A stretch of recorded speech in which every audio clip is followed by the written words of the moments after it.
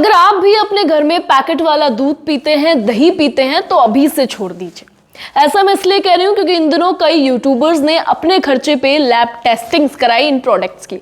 और अगर आप सोच रहे हैं कि कोई ऐसे वैसे प्रोडक्ट्स हैं जिनको लोग जानते नहीं हैं, तो आप गलत हैं, क्योंकि ये बड़े बड़े ब्रांड्स हैं जिन्हें हम रोजमर्रा की जिंदगी में अपने घरों में इस्तेमाल करते हैं।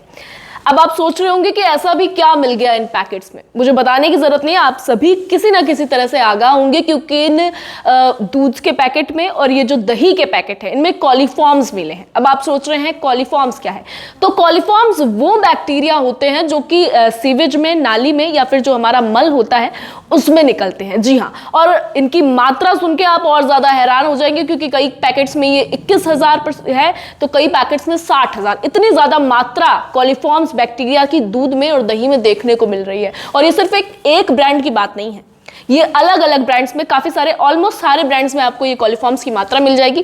किसी में ज्यादा मिलेगी, किसी में कम मिलेगी, ये बात अलग है। लेकिन यहाँ चिंता का विषय ये है कि एक आम इंसान जो कि अपना काम कर रहा है, कमा रहा है, और उसके खाने तक से खिलवाड़ किया जा रहा है। और ये खिलवाड़ क्यों किया जा रहा है?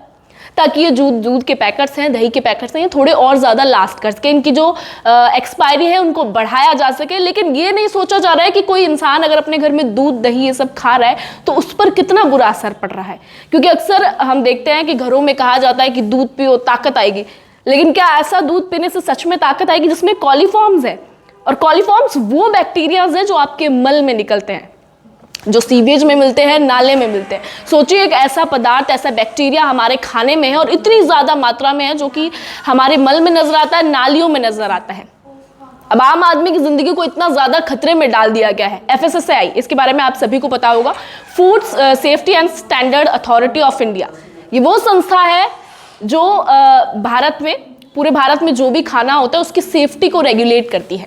यानी कि बार बार जाके ये जांच करती है कि कहीं पर मिलावट तो नहीं हो रही है, कहीं आम जनता के स्वास्थ्य के साथ खेला तो नहीं जा रहा है। लेकिन अब ये जो केसेस हमें देखने को मिल रहे हैं, इतने सारे एग्जांपल्स जो यूट्यूबर्स जो हैं अपने खर्चे पर लैब्स में टेस्टिंग करा रहे हैं, तो लग रहा है कि FSSAI पूरी तरह से नाकाम नजर आ रही है।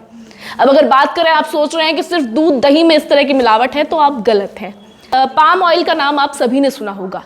ये अक्सर हमारी नमकीन में, चिप्स में इस्तेमाल किया जाता है, और ये तेल बाहर पूरी तरह से प्रतिबंधित है। यानी कि बाहर की जो कंट्रीज हैं वहां पर इस्तेमाल तक नहीं किया जाने दिया जाता है। लेकिन हमारे यहाँ पे खुलेआम पाम ऑयल इस्तेमाल किया जा रहा है। यहाँ तक ठीक था, लेकिन अब दूध, दही तक में जो इंसान ऐसा पदार्थ है इसलिए इस्तेमाल करता है ताकि हमारी सेहत ठीक हो, ताकि हम कुछ अच्छा खा सके, लेकिन उसमें भी इतनी बुरी तरह से मिलावट नजर आ रही है और एक आम आदमी की जान के साथ कहीं ना कहीं खेला जा रहा है।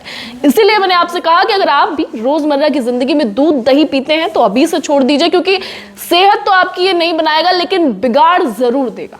ऐसे ही और अपडेट्स के लिए बने रहिए हमारे चैनल द खटक के साथ।